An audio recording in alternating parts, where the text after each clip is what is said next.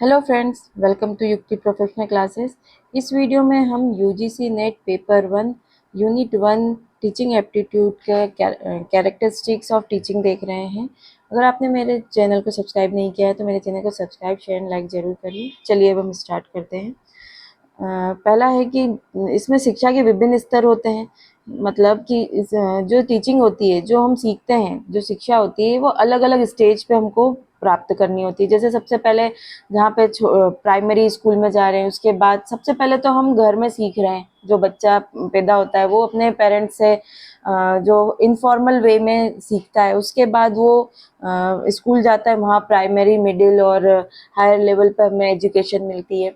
और फिर उसके बाद जब जॉब में जाता है तब वहाँ पे उसे और कुछ सीखने को मिलता है। तो ये पूरी प्रोसेस जो अलग अलग स्तर पर, विभिन्न स्तर पर शिक्षा होती है।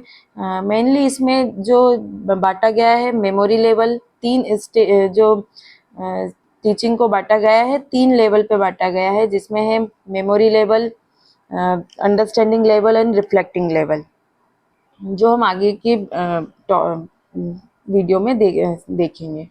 नेक्स्ट है, यह एक गतिशील वातावरण में होता है। यह एक जहाँ इन्वायरमेंट हमारा जो डायनामिक है, जो इन्वायरमेंट हमारा कंटिन्यूस चेंज होता रहता है, उसमें हम सीखते हैं। तो ये जो सीखना होता है, जो टीचिंग होती है, ये चेंजिंग वातावरण में, गतिशील वातावरण में हमें सीखने को मिलता है। नेक्स्ट है यह शिक्षा सीखने, निर्देश, प्रशिक्षण से निकटता से संबंधित है। तो ये सारे वर्ड जो हैं ये आपस में कहीं ना कहीं मिलते जुलते लगते हैं, लेकिन ये एक नहीं, इनमें कुछ ना कुछ डिफरेंस होता है। शिक्षा जिसका उद्देश्य होता है ओवरऑल डेवलपमेंट होता है। सीखना एक प्रोसेस है। ये लर्निंग जो है एक प्रोसेस है, जिसके माध्यम से हम सीख रहे हैं, जिसके माध्यम से हम शिक्षा को ग्रहण कर रहे हैं। तो एक प्रोसेस के थ्रू होता है। निर्देश में किसी काम को क्या करना है और कैसे करना है, इस पे फोकस होता है। तो किसी काम को करने के लिए जहाँ पे हमें क्या करना है इसका आंसर मिलता है, और कैसे करना है जिसके बारे में स्टेप बाय स्टेप हमको एक प्रोसेस दी जाती है, तो वहाँ ये निर्देश होता है।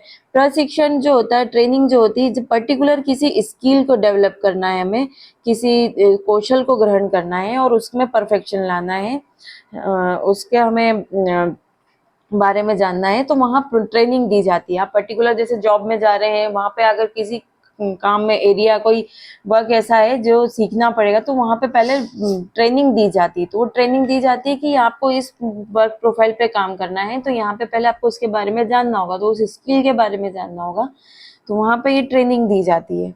ये आपस में है सारे लर्निंग के ही प्रोसेस, सीखना ही है, शिक्षा ही है, लेकिन ये आपस में कुछ ना कुछ माइनर डिफरेंस है इसमें। नेक्स्ट है, ये बौद्धिक गतिविधि है, क्योंकि हमारे इंटेलेक्चुअल से रिलेटेड है, बुद्धि से संबंधित है, इसलिए बौद्धिक गतिविधि के अंतर्गत आता है। नेक्स्ट है, यह एक कला है और विज्ञान है। तो कला कैसे है, क्योंकि इसमें रचनात्मक गुण होता है, इसमें कुछ ना कुछ क्रिएटिविटी के तरीके से हम लाते हैं, सिखाते हैं, सीखते हैं, बच्चे सीखते हैं अलग अलग वे में, यहाँ क्रिएटिविटी आती है। ठीक है,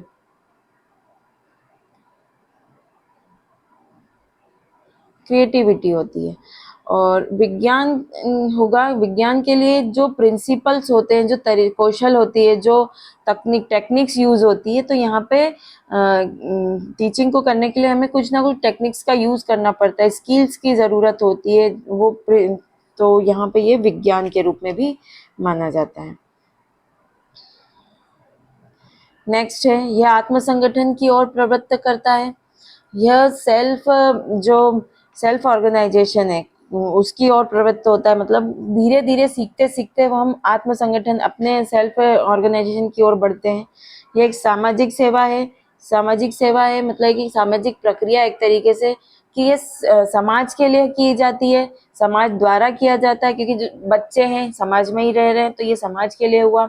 जो पढ़ा रहा है वो भी समाज का ही भागीदारी है, समाज का ही एक हिस्सा होता है, तो पढ़ाने वाला भी तो समाज द्वारा किया जा रहा है। और ये बदलते सामाजिक विचारों के साथ होता रहता है, ये सटीक है। स्थायी प्रकृति का वर्णन करना यहाँ संभव नहीं है। मतलब यहाँ जो शिक्षण की सटीक और स्थायी प्रकृति है उसको आप एक्सप्लेन नहीं कर सकते हैं, ये समाज के हिसाब से, विचारों के हिसाब से बदलता रहता है, और ये समाज के लिए है। इसमें अध्ययन और प्रशिक्षण की लंबी अवधि शामिल होती है, क्योंकि एक ऐसा नहीं है कि हम सिर्फ थोड़े समय के लिए ही सीखते हैं, कि लंबी अवधि तक चलता है। टीचिंग भी लंबी अवधि तक चलती है, सिखाने वाला भी किसी पर्टिकुलर स्टूडेंट को जब सिखा रहा है तो लंबे समय तक सिखा रहा है, सीखने वाले को भी ये प्रोसेस में लंबी समय तक शामिल होना रहता है, तभी वो चीज़ का उसके लिए वैल्यू होती है। इसमें उच्च स्तर की स्वायत्तता होती है, यह एक सतत प्रक्रिया होती है, कंटिन्यूस प्रक्रिया होती है। ऐसा नहीं है कि हमने थोड़े दिन पढ़ाया उसके बाद या सीखा उसके बाद कुछ नहीं, इसमें दोनों ही प्रक्रिया सतत चलती रहती है, सीखना सिखाना यह प्रोसेस चलती रहती है। और यह एक पेशा है, तो आजकल टीचिंग भी एक पेशा हो गया है। इसके लिए भी क्वालिफिकेशन की ज़रूरत होती है, एक नॉलेज की रिक्वायरमेंट होती है, तभी जाके आप उस पढ़ाने में अपना काम कर सकते हैं। तो ये एक प्रोफेशन है। इसके अलावा शिक्षण आमने सामने होता है, इसमें ऑब्जर्वेशन होता है, ये इसको मापा जा सकता है। जो समय समय पर जो एग्ज़ाम की ली जाती है उससे आप उसको मेज़र कर सकते हैं कि कहाँ तक लर्निंग हुई है। अपडेट रहना पड़ता है, इसमें आपको चेंजेस जो होते रहते हैं उस पर ध्यान देना पड़ता है। और शिक्षण से क्या होता है कि व्यवहार में परिवर्तन का कारण बनता है। शिक्षा जो होता है ओवरऑल, क्योंकि विकास सीखने की एक प्रक्रिया, इसमें ओवरऑल डेवलपमेंट होता है, तो यहाँ पर क्या होता है कि एक व्यवहार में परिवर्तन आता है। यह अंतःक्रियात्मक प्रक्रिया है, क्योंकि जो शिक्षण है, जो छात्र और शिक्षण स्रोतों के बीच एक संवादात्मक प्रक्रिया, मतलब जो टीचर है और छात्र के बीच में आपस में ये बातचीत है, एक तरीके से कम्युनिकेशन है। टीचर बता रहा है, छात्र को मार्गदर्शन दे रहा है, छात्र उसको सुन रहा है, सीख रहा है, अपने क्वेरीज पूछ रहा है, तो ये आपस में इंटरेक्शनल प्रक्रिया होती है। चलिए, ये हमने फीचर्स देख लिए हैं। अब हम देखते हैं हमारा नेक्स्ट टॉपिक, शिक्षा के स्तर, लेवल ऑफ टीचिंग। क्योंकि हम सब जानते हैं कि टीचिंग का एक उद्देश्य होता है कि उद्देश्यपूर्ण गतिविधि होती है, कि टीचिंग का मेन उद्देश्य है लर्निंग, और लर्निंग का मेन मुख्य उद्देश्य है ओवरऑल डेवलपमेंट। तो ये एक इसका उद्देश्यपूर्ण गतिविधि इसको बोला जाता है। लर्नर के सर्वांगीण व्यक्तित्व का विकास टीचिंग और लर्निंग का अंतिम लक्ष्य है, क्योंकि हमने पहले ये भी बताया कि क्योंकि टीचिंग का उद्देश्य क्या होता है, उद्देश्यपूर्ण गतिविधि है, उद्देश्य होता है लर्निंग करना, और लर्निंग से क्या होगा, टीचिंग और लर्निंग का अंतिम लक्ष्य क्या होता है, ओवरऑल डेवलपमेंट। जो सीखने वाला है उसका ओवरऑल डेवलपमेंट हो सके। डेवलपमेंट किस प्रकार से डेवलपमेंट होगा, उसके मानसिक रूप से, शारीरिक रूप से, भावनात्मक विकास आदि, ये सब डेवलपमेंट के अंतर्गत आ जाएगा। नेक्स्ट है, टीचिंग के दौरान एक अनुभवी व्यक्ति शिक्षक और एक अनुभवहीन व्यक्ति विद्यार्थी के बीच एक अंतःक्रिया होती है। मैंने पहले ही बताया कि जब आपस में जब जो शिक्षक है वो बता रहा है, अपना अनुभव शेयर कर रहा है, उसने जो जाना है उसको बता रहा है, और किस माध्यम से जो टीचिंग के टेक्निक्स है, टीचिंग के स्रोत है, उनके साथ आप यूज़ करते हुए एक प्रक्रिया करता है, कम्युनिकेशन कर रहा है, और उसमें जो लर्नर है उसको मार्गदर्शन मिल रहा है, वो उसे ज्ञान मिल रहा है, उसे वे मिल रहा है, प्रगति, उससे उसकी प्रगति हो रही है, विकास हो रहा है। तो ये आपस में इंटरेक्शनल प्रक्रिया होती है, अंतःक्रिया प्रक्रिया। यह यहाँ मुख्य उद्देश्य विद्यार्थी के व्यवहार में परिवर्तन लाता है, क्योंकि ओवरऑल डेवलपमेंट आता है, उसमें समझ सूझबूझ के ये सब की प्रवृत्ति विकास होता है, तो वहाँ ओवरऑल उसके व्यवहार में परिवर्तन आने लगता है। अब टीचिंग के 3 स्तर होते हैं। तो पहला है मेमोरी लेवल, ये फर्स्ट लेवल पे आता है। अंडरस्टैंडिंग लेवल सेकंड, और जो रिफ्लेक्टिव लेवल है थर्ड नंबर पे आता है। जो मेमोरी लेवल है ये फर्स्ट लेवल पे, जहाँ पर ये थॉटफुलनेस है, यहाँ फैक्ट और फिगर्स पर ध्यान दिया जाता है। इसमें लर्नर का रोल पैसिव होता है, मतलब यहाँ पर सब काम कौन कर रहा है, शिक्षक कर रहा है, और जो सीखने वाला है उसे कोई मेहनत नहीं करना है, उसे सिर्फ और सिर्फ जो टीचर सिखा रहा है, यहाँ पे रटने वाली प्रोसेस पर फोकस किया गया है। ये जो मॉडल है ये लीस्ट थॉटफुल है, इसमें यहाँ पे सोचना, जो लर्नर है उसको सोचने की कोई ज़रूरत नहीं है। ये शिक्षक सेंटर है, मतलब जो टीचर सेंटर है, मतलब यहाँ पे सारी भूमिका किसकी है, टीचर की है। तो ये टीचर की भूमिका है यहाँ पर। ठीक है। और ये हर्बर्ट या सत्तावादी जो शिक्षण मॉडल है, इसको ये भी कहा जाता है। ये तो जो मेमोरी लेवल है ये हर्बर्ट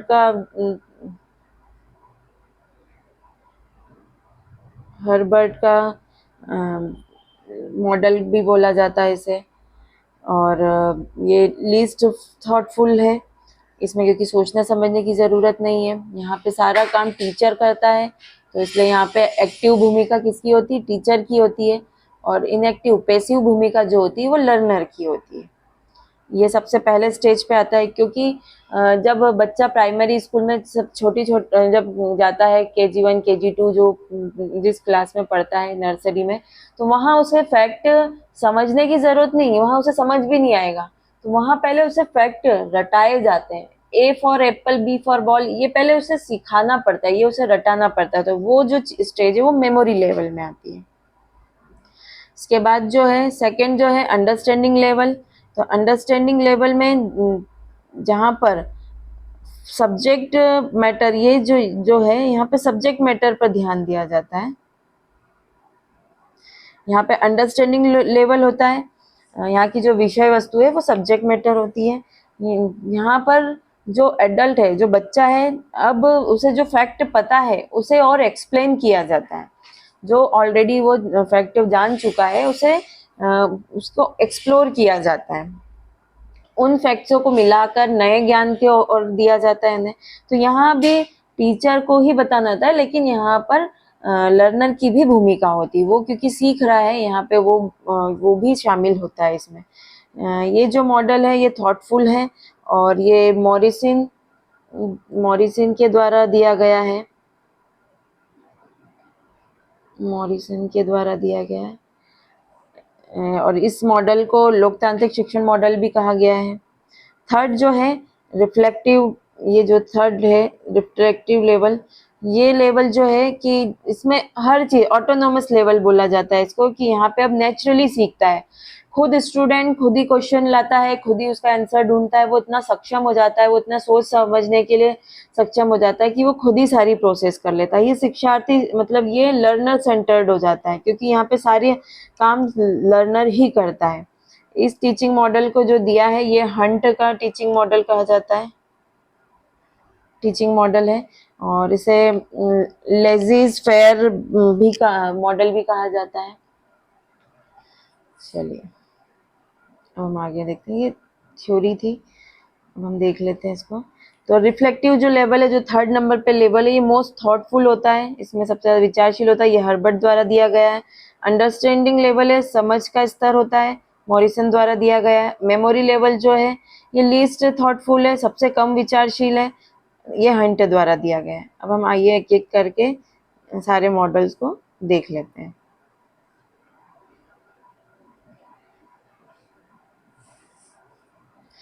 जो मेमोरी लेवल होता है वो छोटे बच्चों के लिए होता है, जहाँ पे फैक्ट्स और फिगर दिया जाता है। ठीक है। इसमें यहाँ पर छात्रों को, जो लर्नर है उसमें कोई सोचने समझने की कोई दृष्टिकोण ऐसा नहीं रखा जाता कि उसमें सोचने समझने का विकास हो। ये विचारहीन शिक्षा के रूप में जाना जाता है। तो पहला है स्मृति शिक्षण के स्तर के शिक्षण के मुख्य समर्थक है हर्बर्ट। हर्बर्ट इसके समर्थक है। दूसरा, अच्छी स्मृति में सीखने की तेजी, प्रतिधारण की स्थिरता, पुनः स्मरण की तेजी और केवल वांछित सामग्री को जागरूक स्तर पर लाने की क्षमता शामिल होती है। तो यहाँ पर क्या है, क्योंकि गुड मेमोरी होती है, उस वक्त आप जो लर्न करते हैं वो तुरंत याद हो जाता है। बच्चा जो तुरंत, जैसे जो हमसे जब अपने पेरेंट्स से या अपने सोसाइटी से जब सीखता है, जब वो नया नया सीखने की प्रोसेस में आता है, तो वो जब एक बार ही किसी चीज को देखता है तो कैच कर लेता है, तो उसकी उस वक्त मेमोरी बहुत गुड होती है, अच्छी। तो यहाँ पे सीखने की जो गति होती है वो तेजी से होती है। प्रतिधारण की स्थिरता, वो उसे बनाए रखता है। जो सीखता है वो उसके पास हमेशा, जो बचपन से सीखा होता है वो उसे हमेशा याद रहता है।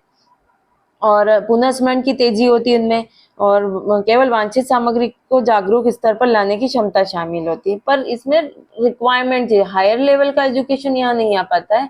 यहाँ सिर्फ जो जरूरी है उसी चीज को, वो कंटेंट को रख सकते हैं अपने पास। यहाँ शिक्षण सीखने की प्रक्रिया मुख्यतः प्रेरणा प्रतिक्रिया है। यहाँ पे सिर्फ मुख्यतः यहाँ पे सीखने की प्रक्रिया, यहाँ पे मेन उस पर फोकस किया जाता है। यह शिक्षण का प्रारंभिक फर्स्ट स्टेज है ये।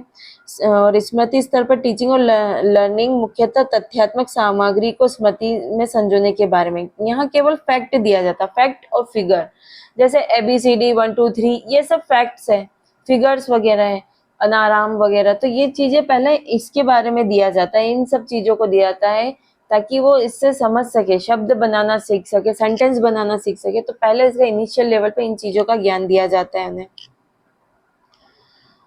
इसके मुख्य पहलू हैं सामग्री का सीखना, लर्निंग ऑफ मटेरियल। तो पहले मटेरियल के बारे में जानेंगे, उसको रिटेंशन करके रखना है, बस उनका फोकस यही रहता है कि वो रिटेन करके, जब उन्हें बताया है, ABCD सिखाई है या कुछ भी ऐसे वर्ड सिखाएं तो वो उसे रिटेन करके रख सके, तो इस पे फोकस होता है। मतलब यहाँ पे रटाफिकेशन किया जाता है, बार बार उन्हें याद कराया जाता है, दोहराया जाता है।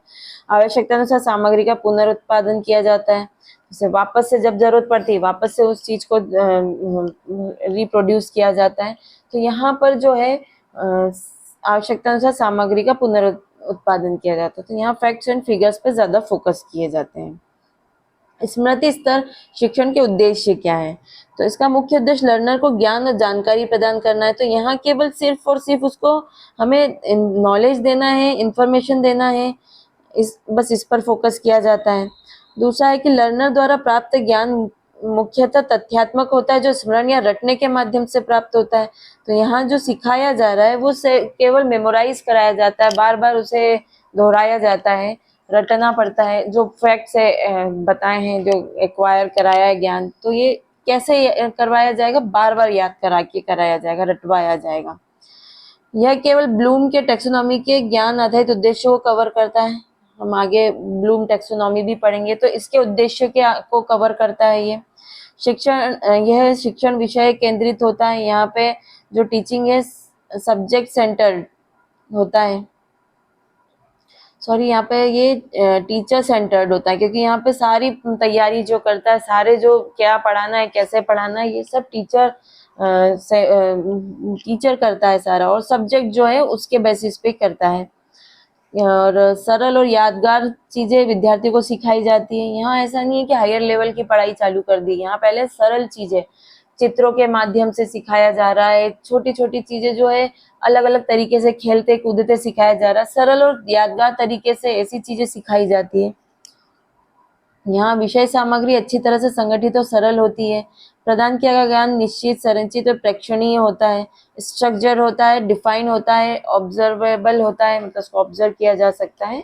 ये सब इसके टीचिंग के उद्देश्य है, स्मृति लेवल के उद्देश्य है। अब शिक्षण विधि, इसमें कौन सी विधि उपयोग की जाती है? तो शिक्षण विषय केंद्रित है ये, इसलिए शिक्षण विधियां भी केंद्रित होती है।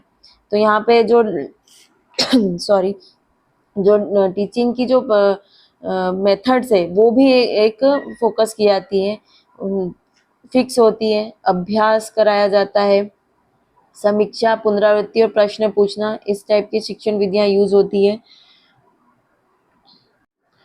तो जो अभ्यास कराया जा रहा है, जो हमने भी देखा कि यहाँ पे जो विद्या केंद्रित होती है अभ्यास के माध्यम से, तो अभ्यास का मतलब होता है स्मरण में दक्षता प्राप्त करने के लिए, मतलब उसको याद रखने के लिए दोहराव या प्रैक्टिस किया कराया जाता है, मतलब बार बार मेमोराइज कराया जाता है, प्रैक्टिस बार बार उसको रिपीटेशन करा कर अभ्यास कराया जाता है। दूसरा इसमें रिव्यू रिवाइजिंग करा जाता है, समीक्षा या पुनरीक्षण तत्व लर्नर को नए अनुभव से जोड़ते हैं, नए संघ बनाने में मदद करते हैं। बार बार उसको उन्हीं को देखना, न्यू एक्सपीरियंस, वापस उसी को रिपीट करना, उसी को देखना, तो यहाँ पे एक नए संघ बनाने में मदद करते हैं। प्रश्न तकनीक का उपयोग यह जानने के लिए किया जाता है कि क्या शिक्षण के ज्ञान स्तर के उद्देश्य को प्राप्त किया गया है या नहीं। तो जो उन्होंने रटाया गया है फिर उनसे पूछा जाता है, जब अगर उसका आंसर दे पाते हैं तो इसका मतलब कि हाँ उन्हें वो चीज समझ में आई है, मतलब समझ में इन द सेंस वो चीज उन्हें याद हो गई है। तो बार बार इसको चेक जो किया जाता है प्रश्नों के माध्यम से किया जाता है। शिक्षक की भूमिका, शिक्षक आमतौर पर एक प्रबल और आधिकारिक भूमिका निभाता है। शिक्षक कक्षा का मंच सजाता है, संसाधन प्रबंधक होता है, क्योंकि सारी चीज उसे ही सेटल करना है, उसे ही बताना है बच्चों को कैसे पढ़ाना है, तो सारी तैयारी वो खुद करता है कि कैसे उसको पढ़ाना है, क्या आज के लेक्चर में उसे क्या पढ़ाना है, किस बारे में उसे बताना है, वो सब उसी को तैयारी करना है। वो मूल्यांकन भी करता है, खुद ही पढ़ाता है, खुद ही चेक करता है कि बच्चों को कहाँ तक समझ आया है। इस स्तर पर शिक्षण की मुख्य प्रक्रिया शिक्षक के पास होती है। यहाँ पर क्योंकि ये टीचर ओरिएंटेड भी होता है, तो यहाँ पे इसकी मुख्य प्रक्रिया शिक्षक के पास ही होती है। अब यहाँ लर्नर की क्या भूमिका होती है, जो सीखने वाला है, तो यहाँ जो लर्नर की भूमिका है निष्क्रिय होती है, पैसिव होती है, क्योंकि एक्टिव भूमिका तो किसकी होती है, टीचर की होती है, क्योंकि सारा काम सिखाना, मैनेज करना, सब कुछ मूल्यांकन करना, सब कुछ टीचर के हाथ में होता है। और निष्क्रिय इसकी होती है कि यहाँ पे उसे कोई तैयारी नहीं करना है कि क्या पढ़ना है, कैसे पढ़ना है, इसके बारे में उसे कोई जानकारी नहीं है, क्या सामग्री चाहिए, किस तरीके से पढ़ना है, कौन सी टेक्निक यूज करना है, ये सारा का सारा काम टीचर का होता है। तो यहाँ पर लर्नर की भूमिका निष्क्रिय होती है, क्योंकि विषय सामग्री, शिक्षण तकनीक, शिक्षण विधिया शिक्षक द्वारा निर्धारित की जाती है। नेक्स्ट है शिक्षण उद्देश्य और पाठ्यक्रम को तैयार करते समय लर्नर की विशेषताओं को ध्यान रखना चाहिए। अब जब शिक्षण पढ़ाता है तो लर्नर के हिसाब से, उसकी विशेषताओं के हिसाब से पढ़ाया जाता है। कोई बच्चा बहुत जल्दी समझ लेता है, याद कर लेता है, कोई बच्चा नहीं कर पाता है, तो प्रत्येक बच्चे पे लर्नर पर फोकस किया जाता है, उनकी विशेषताओं के आधार पर उनके मतलब शिक्षण के उद्देश्य और पाठ्यक्रम डिसाइड किए जाते हैं। ऐसा नहीं है कि अगर मान लो 10 बच्चों में से 4 बच्चे बहुत जल्दी ग्रास्प कर रहे हैं, जल्दी याद कर रहे हैं और 6 नहीं, तो हम 4 के हिसाब से पढ़ाएंगे। नहीं, हमें ऐसा पढ़ाना है कि उन सबको मिलाकर 10 के 10 पर ध्यान रखते हुए, लर्नर की विशेषताओं को ध्यान में रखते हुए पढ़ाया जाता है। शिक्षण उपकरण, टीचिंग इक्विपमेंट क्या यूज किए जाते हैं जब पढ़ाया जा रहा है बच्चों को, तो यहाँ पर जो होता है ऑडियो, विजुअल वे में ऑडियो के साथ ऑडियो वीडियो के द्वारा सिखाया जा रहा है, मतलब ये टीवी के माध्यम से सिखाया जा रहा है, प्रोजेक्टर के माध्यम से सिखाया जा रहा है। यहाँ सिर्फ लिसनिंग के लिए सॉन्ग चला दिए, राइम्स चला दिए, विजुअल सिर्फ फोटोज दिख रहे हैं, चार्ट के माध्यम से दिखाया जा रहा, मैप बताया जा रहा, पिक्चर्स, टीवी, रेडियो आदि एक्सेट्रा इसके द्वारा दिखाया जाता है। तो विभिन्न प्रकार के शिक्षण सहायक जैसे दृश्य, ऑडियो विजुअल सहायक, मॉडल, चार्ट, नक्शे, चित्र, टीवी, रेडियो आदि लर्नर में शिक्षण प्रक्रिया के प्रति उत्सुकता पैदा करते हैं, क्योंकि अगर सिर्फ बुक्स के माध्यम से पढ़ेंगे तो बच्चों को समझ नहीं आएगा, वो बोर हो जाएंगे। तो तरह अलग अलग तरीके से समझाया जाता है, पढ़ाया जाता है, टीवी के माध्यम से, वीडियो ऑडियो के माध्यम से, तो ये एक इंटरेस्टिंग वे में हो जाता है और बच्चों को भी इंटरेस्ट आता है पढ़ने में। अब है नेचर ऑफ मोटिवेशन, तो प्रेरणा विद्यार्थियों को बेहतर सीखने के लिए प्रेरित करती है। यह एक आंतरिक भावना होनी चाहिए, ना कि मजबूरी, मतलब अंदर से इच्छा हो पढ़ने की, तो ये एक ऐसी भावना होनी चाहिए, मजबूरी में ना कोई सीखे। मजबूरी में ज्ञान दिया जाता भी है तो वो ज्यादा देर टिकता नहीं। स्मृति स्तर के शिक्षण में शिक्षक विद्यार्थियों को पाठ्यक्रम की सामग्री को स्मरण कराने के लिए मजबूर करता है। तो यहाँ पर क्या है, यहाँ पे जो हमारा सिलेबस है, जो कोर्स है, उसके कंटेंट को रटवाया जाता है और मजबूर होता है, बच्चों को कोई पढ़ने की इच्छा नहीं होती, शुरुआत में उसको इसकी वैल्यू भी नहीं होती, जो बस सिखा रहे हैं सुन लिया, लेकिन उसे याद कराना मजबूरी में उन पर प्रेशर डाला जाता है कि वो याद करें। इसलिए इस स्तर पर प्रेरणा की प्रकृति पूरी तरह से बाहरी होती है, मतलब यहाँ एक्सटर्नल रूप से यहाँ पे प्रेरणा दी जाती है। कौन? टीचर दे रहे हैं, पेरेंट्स दे रहे हैं, ये बाहरी रूप से, अंदर से उनकी इच्छा नहीं होती है पढ़ने की, यहाँ पे दबाव देकर पढ़ाया जाता है। इसलिए यहाँ पे प्रेरणा कहाँ से मिलती है? बाहरी सोर्स से मिलती है। लर्नर के लिए मूल्यांकन प्रणाली, इवैल्यूएशन सिस्टम फॉर लर्नर। तो evaluation system mainly includes oral, written and ऐसे टाइप एग्जामिनेशन। मूल्यांकन प्रणाली में मुख्यतः मौखिक, लिखित और निबंध प्रकार की परीक्षा शामिल होती है। तो इस तरीके से मूल्यांकन किया जा रहा है, ओरल पूछा है, लिखवाया है, कुछ निबंध वे में उसको बताया है। मूल्यांकन पूर्व निर्धारित उद्देश्य पर आधारित होता है। यह मौखिक और लिखित दोनों प्रकार की परीक्षाएं आयोजित की जाती है ताकि विद्यार्थियों की स्मरण शक्ति की जांच की जा सके। लिखित परीक्षा में लघु प्रकार, पुनः स्मरण प्रकार, पहचान प्रकार, बहुविकल्पी और मिलान प्रकार की परीक्षाएं प्रस्तुत होती है। तो यहाँ पे कैसे शॉर्ट टाइप के होते हैं क्वेश्चन, रिकॉल कर सके, रिकॉग्नाइज, जैसे फोटोज दे दिए, ऑप्शन पूछा है कि ये क्या चीज है, ये क्या चीज है, तो रिकॉग्नाइज, फोटो देख के पहचानना है। मल्टीपल चॉइस के क्वेश्चन है, मैच द कॉलम है, इस टाइप के क्वेश्चन यहाँ पर पूछे जाते हैं। यहाँ लर्नर को अधिकतम संख्या में प्रश्नों का प्रयास करना होता है। अब है स्मृति स्तर के शिक्षण के मनोवैज्ञानिक आधार। तो यहाँ जो है जिन पियाजेट के अनुसार स्मृति स्तर प्रारंभिक शिक्षण के लिए होता है। तो ये जो स्मृति है, जो हमारा सबसे पहला वाला मेमोरी लेवल है, ये प्रारंभिक फर्स्ट स्टेज है टीचिंग का, कि पहले फैक्ट्स और फिगर्स रटे जा रहे हैं। स्कूल में लर्नर संज्ञात्मक विकास के प्री ऑपरेशनल स्तर पर होते हैं, क्योंकि ये फर्स्ट स्टेज पे होते हैं। यहाँ पे सिर्फ फैक्ट्स फिगर्स होता है, तो ये सबसे पहले स्टेज पे होते हैं।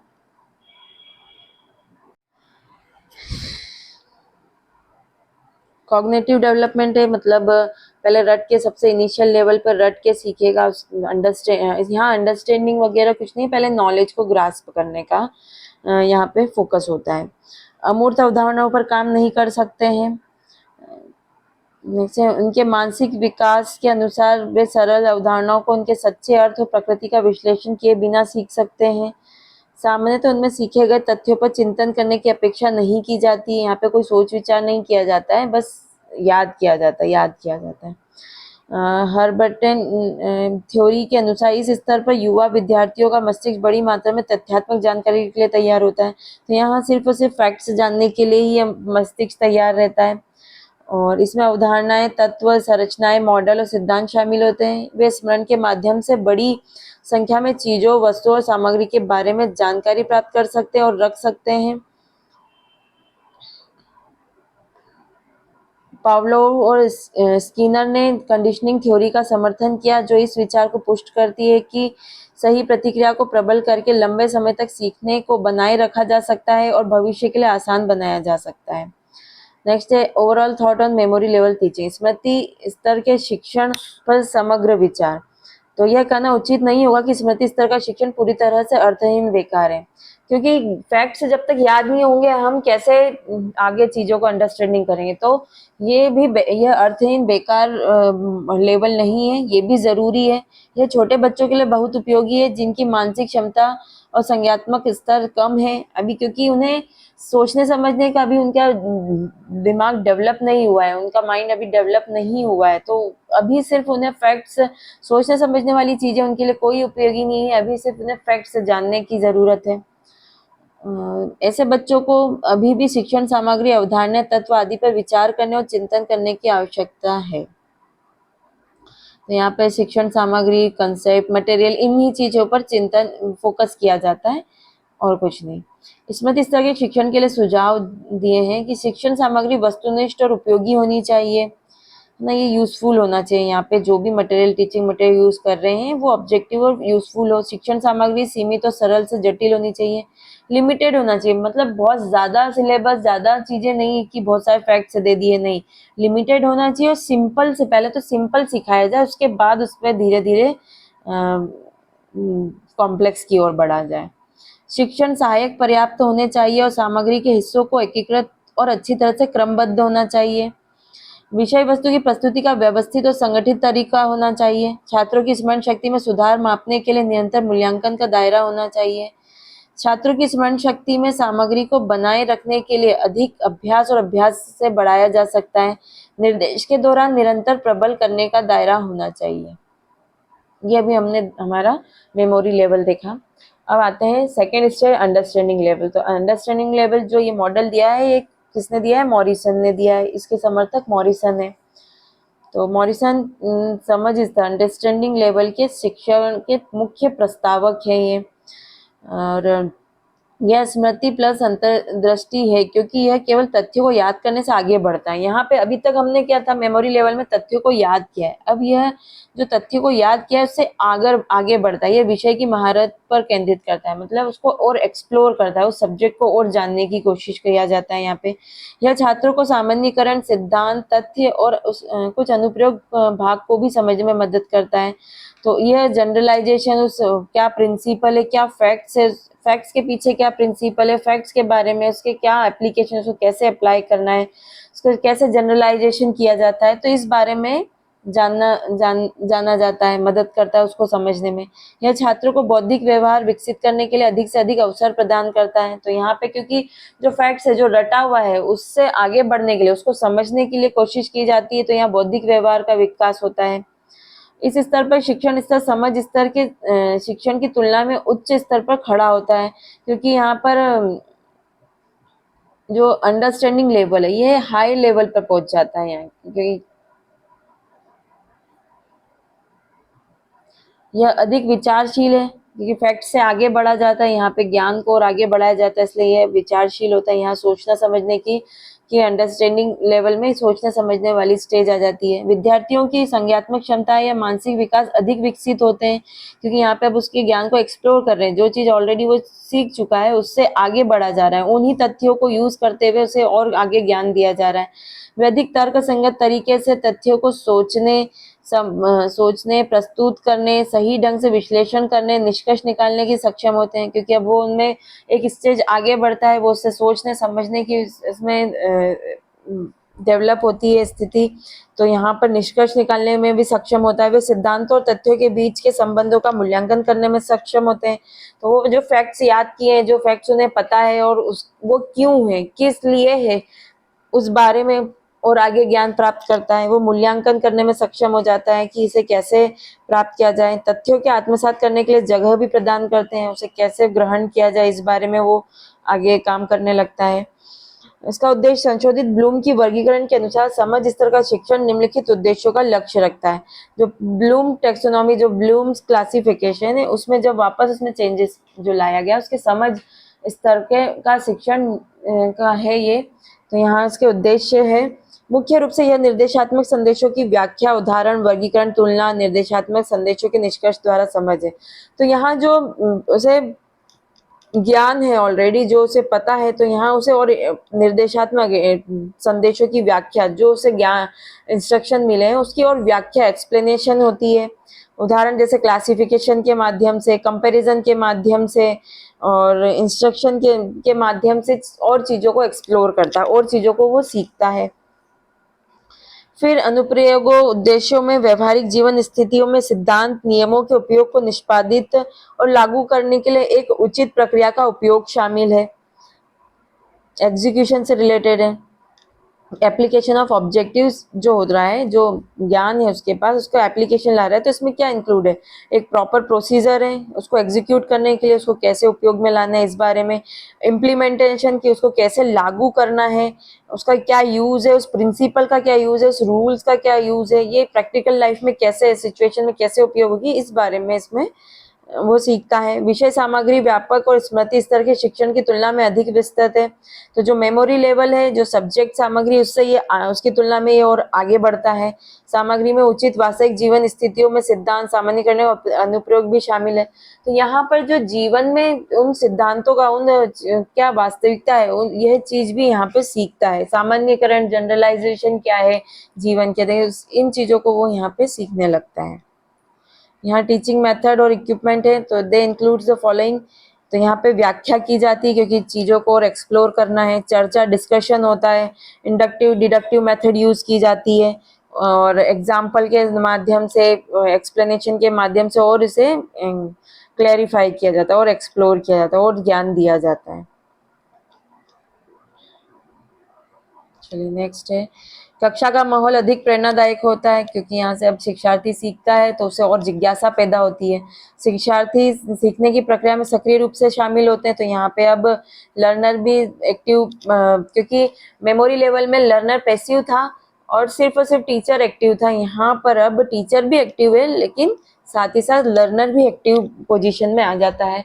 समझ स्तर की शिक्षण में प्रेरणा बाह्य और आंतरिक दोनों होती है। तो यहाँ पर टीचिंग में शिक्षक भी प्रेरणा दे रहा है और खुद से विद्यार्थी में भी प्रेरणा हो रही है किसी चीज को सीखने के लिए। तो यहाँ पर जो प्रेरणा के स्तर है दोनों तरफ से होते हैं। अब जो इक्विपमेंट यूज हो रहे हैं, तो यहाँ मॉडल दिखा के, चार्ट के द्वारा, फ्लैश कार्ड के माध्यम से, पिक्चर्स के माध्यम से सिखाया जाता है। शिक्षार्थी शिक्षण सहायता की मदद से अवधारणाओं को अधिक आसानी से समझ सकते हैं। शिक्षक को छात्रों की आवश्यकता और स्तर के अनुसार सही सहायता और उपकरण का उपयोग करना चाहिए। तो यहाँ पे जो शिक्षण सहायता जो है, जो टेक्निक्स है, जो इक्विपमेंट्स है, उनकी मदद से और अधिक से आसानी से समझ सकते हैं। और यहाँ पे शिक्षक भी छात्रों की आवश्यकता और उनके स्तर के अनुसार सही मतलब प्रॉपर जो चाहिए वो उपकरण का यूज करता है, जो सहायता चाहिए वो सब देता है। यहाँ पर छात्रों के स्तर के अनुसार वो सारी चीजें करता है। अब मूल्यांकन प्रणाली मुख्यतः निबंध और वस्तुनिष्ठ प्रकार के प्रश्नों को शामिल करती है। तो यहाँ पे ऑब्जेक्टिव टाइप के, ऐसे टाइप के क्वेश्चंस को शामिल किया जाता है। समझ स्तर को अधिक व्यापक मूल्यांकन की आवश्यकता होती है।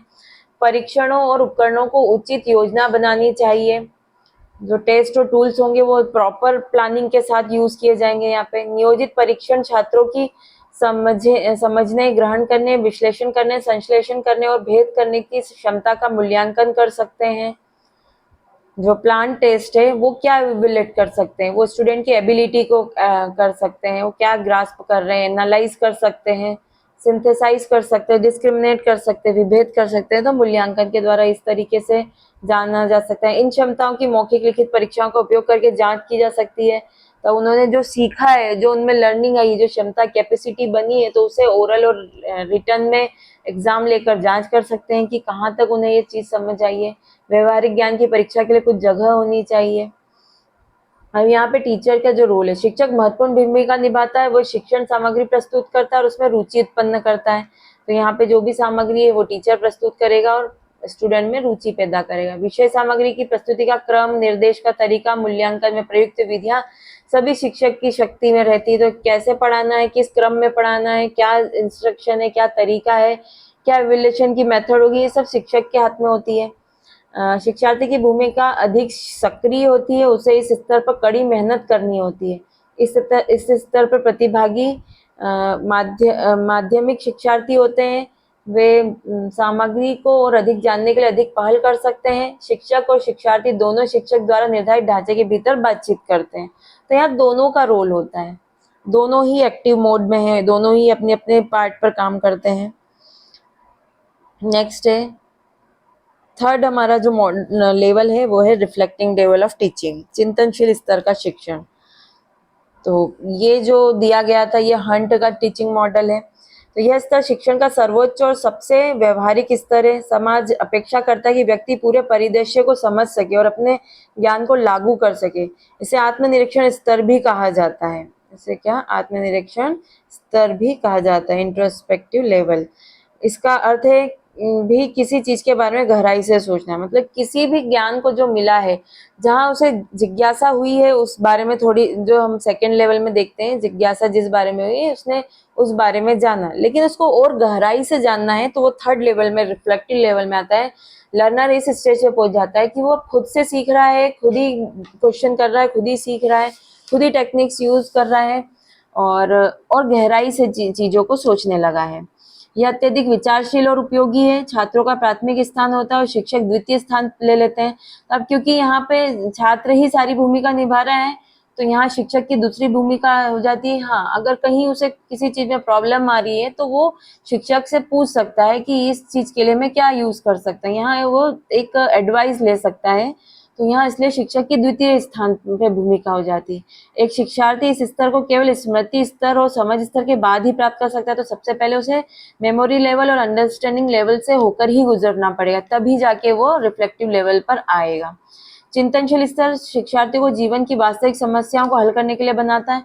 यहाँ पर जो है वो जीवन की जो वास्तविक समस्या है उस पर फोकस किया जाता है। स्टूडेंट जो है, लर्नर जो है, खुद से ही समस्याओं का समाधान करने लगता है। वो खुद ही समस्याओं को पहचानता है और उसको सॉल्व करने के लिए पहल करने लगता है।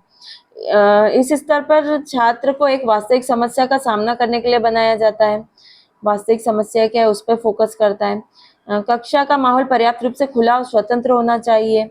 यहाँ पे भी कोई तरीके की बाउंडेशन नहीं, वो जब चाहे जैसे चाहे सीख सकता है। यहाँ समस्या की पहचान की जाती है, परिभाषित की जाती है और फिर एक समाधान पाया जाता है। तो यहाँ पर खुद ही समस्या की पहचान करता है, उसे डिफाइन करता है और फिर उसका सॉल्यूशन ढूंढता है। इस स्तर पर छात्र की मौलिक सोच और क्षमताएं विकसित होती है। अब ये हायर लेवल पे पहुंच गया है, वो खुद ही सब सीख रहा है, उसकी क्षमताएं इतनी विकसित हो गई है, वो सब कुछ काम, समस्याओं का समाधान खुद ही ढूंढने लगता है। शिक्षक को लोकतांत्रिक होना चाहिए, ज्ञान को लागू नहीं किया जाता है यहाँ पे।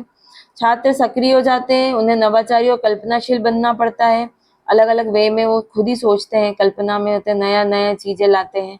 मूल्यांकन के लिए निबंध प्रकार की परीक्षा का उपयोग किया जाता है। दृष्टिकोण, विश्वास और भागीदारी का भी मूल्यांकन किया जाता है।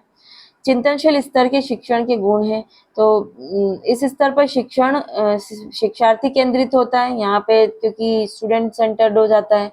और जो अंडरस्टैंडिंग लेवल होता है वो सब्जेक्ट सेंटर्ड होता है, और जो मेमोरी लेवल है वो टीचर सेंटर्ड होता है। शिक्षक और शिक्षार्थी के बीच अधिक बातचीत होती है यहाँ पे, वो क्योंकि बहुत ज्यादा विचार विमर्श होता है, वो उसने क्या सीखा है, क्या जान रहा है, वो सब कुछ शेयर अपने शिक्षक से करने लगता है। इस स्तर का शिक्षण उच्च कक्षा के लिए उपयुक्त है। ये हायर लेवल की जो क्लासेस होती है उसके लिए उपयुक्त है, जैसे पीएचडी है, पोस्ट ग्रेजुएशन है, इस टाइप की क्लासेस के लिए ये उपयोग किया जाता है। अब डिमेरिट्स है, यह ज्यादातर मानसिक रूप से परिपक्व बच्चों के लिए उपयुक्त है। जो यहाँ पे ये हर बच्चा इस लेवल तक नहीं पहुंच पाता है, जो मानसिक रूप से बहुत उच्च क्योंकि ये सबसे विचारशील लेवल है, यहाँ पे ज्यादा भी सोच विचार की चीजें होती है, समस्याओं का समाधान करना होता है, बहुत ज्यादा थॉटफुल होता है।